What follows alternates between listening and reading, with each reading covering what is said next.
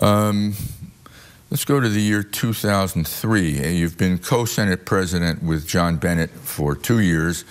Then the Democrats win the majority, and you're assuming you're going to be Senate president, but Nia Gill, the Democrat in your caucus, opposes you and goes to Leonard Lance, who's the leader on the Republican side, and asks him to support her with his members, which would give her, she had the African-American contingent on the Democratic side, or some.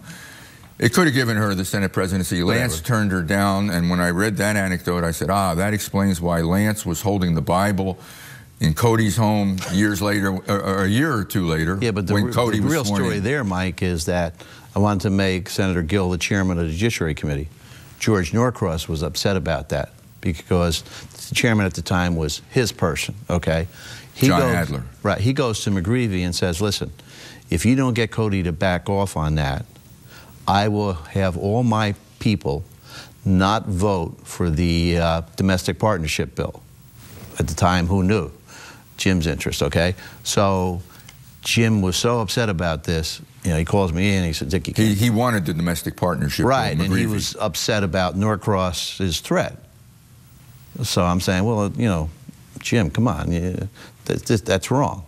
And he says, come on, you got to do this for me. It's very important for me. You know, it's not something I really wanted to do because I had made a commitment. But I went back on my word, which, you know. You have to do that sometimes, don't you? Yeah, I'm not comfortable with doing it. So, I mean, with her and myself, though, it never got anything personal to her credit. Senator Lance turned her down, and he said to me, Dick, you know, first of all, institutionally, it'd be a bad thing to do. Second of all, I figured in a couple of weeks after this that somehow this would work itself out, and I'd be dumped. And I understand that. So, I mean, when I got sworn in, she was giving me the thumbs up, to her credit. You and George Norcross have had a terrible relationship for That's correct. 18 years.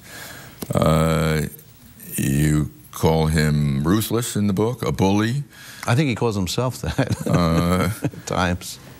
It seems from your account that it goes back to 1993 when he wanted John Adler to be John Lynch's assistant minority leader, and you didn't want that to happen. Well, I was the assistant. Was that the route? And then you bumped into one another in Atlantic City and had a less than cordial exchange. Real quick? Yeah. He had romanced Tom DeLessio, who was a Democratic chairman of Essex County and the county executive.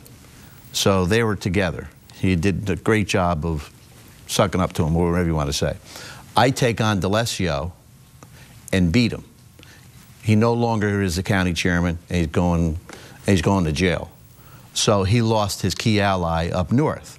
So he was mad at me, and he was going to take me out as assistant minority leader. So I run him to Atlantic City, and he said, hey, you know, what do you care about the assistant minority leader? It's nothing. I said, well, if it's nothing, why would you care about it? So he says, gives me the blank you, and I very eloquently responded the same way.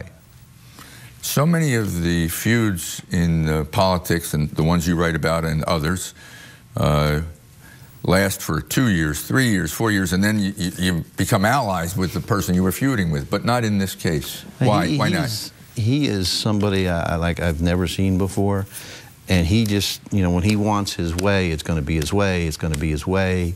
And you know, it's wrong, Mike, to think that somebody who's not an elected official, not even a party official, can control people's votes. That's wrong. It's always been upsetting to me. I've never allowed anybody to control my vote. I've run against my own party when I think it's wrong. So, I mean, in the book, I tell what my father told me. Take LBJ's advice. Never take a job from a politician, because if you do, he'll have you by your testicles, and your heart and your mind will follow. And that's that philosophy of Mr. Norcross's. And it's wrong. And it's not good for the people. It's not democracy. You say in the book that you're convinced he's used his political clout to get insurance and banking business for himself. Wouldn't he say the same about you? You're in the he would say anything about me. I'm not in the insurance business now. I'm a consultant. But when I was, I made sure I stayed away, for the most part, of public business. And in fact, even though ethically and legally could do it, nothing in my district whatsoever. And if you compared the public work I had, it would be a pimple on an elephant compared to what he has. He is the largest insurance broker of public work in the state of New Jersey by far, Mike. Another one you've had a difficult relationship with is Steve Adubato, Sr. in Newark. No? Well, it's I mean, the thing about Steve is, you know, the one thing I'll say to him, he's honest about being who he is. And when they dedicated something to him, first thing he got up, said when he got up was, I am not a nice person. And in the book, I talk about how he said, yeah, Dick, listen, one day I'll be with you, the next day I'll be against you. Whatever's best for me, that's what I'll do. Let me read. Sure. You say to him at one point, Steve, you're a double-crosser, and everyone knows you're a double-crosser. Today you were with me. Tomorrow you'll stab me in the back. And he says, according to you, Dick, you're right. My thing is deal by deal. Yeah, and I have a lot of witnesses to what he said. I mean, he just said, Dick, you know, you got a brain, you got a set of onions, and this is the way I operate, and, you know, at times we're not going to be friendly. I mean, so...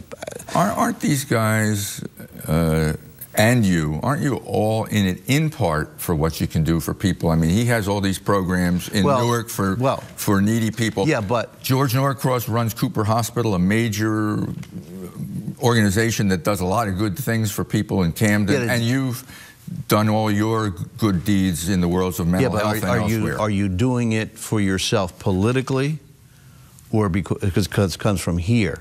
So as I said, Steve, you run good programs, but it's all about good politics for you. So there's a big difference. You're saying that the motivation is the difference? The motivation is different. I'm sure that Mr. Norcross, when he wants Cooper Hospital to be the best, but he also uses it politically. Sometimes you hear that there are three people who run New Jersey, Chris Christie, George Norcross, and Steve Adubato, and together... Well, I think Adubato would be / DiVincenzo. Joe DiVincenzo, the Essex County executive. Right. Is that true? Oh, I think it's true, and I don't think there's any question about it. And the three most powerful people, or the fourth, are the people you just mentioned, and that's wrong. And are they allies? Do they work together? Do they run the state together? I don't think there's any question about it. Is that why you sit in the back row in the Senate now? I sit next to Lesniak, and that's a joy. Well, Lesniak's another one who, when you lost the Senate presidency to Steve Sweeney 2 years ago, you were right. I think that Lesniak kind of betrayed you. Did you feel betrayed by Lesniak? I didn't feel betrayed. The only thing I said negative, I also called him a power broker and a weightlifter, which will put a smile on his face for a year. I said that he was going around saying that he was neutral, at the same time trying to get votes for Norcross's candidate. Steve Sweeney. Yes. So, I mean, he was not neutral. He's got an alliance with Norcross. That's his business, but it is what it is. Wouldn't the people who supported Sweeney at the time, like Lesniak, argue you'd been Senate President or Senate leader for 10 years? Yeah, it was time for somebody else? But that's not the reason. The reason is that Norcross wanted somebody else. And that's the difference. And listen, I only planned on staying 2 more years and leaving that post. That's a fact, and everybody knew that. So, but I wasn't going to stand by, whether I won or I lost, and let these people take this over without putting up a fight. I thought it was the right thing to do. I'm not afraid to lose when the fight is the right fight, Mike. No question about it. And how has Sweeney done as Senate President? Well, I think his first year, he was feeling his way, and then, of course, he's got away the alliance that Norcross and DiVincenzo have with the governor, and try to, you know, somehow balance that off with doing what he wants to do. So sometimes, obviously, that's in conflict. So I think his second year... He's not his own man? No, I think he's become more and more of his own man.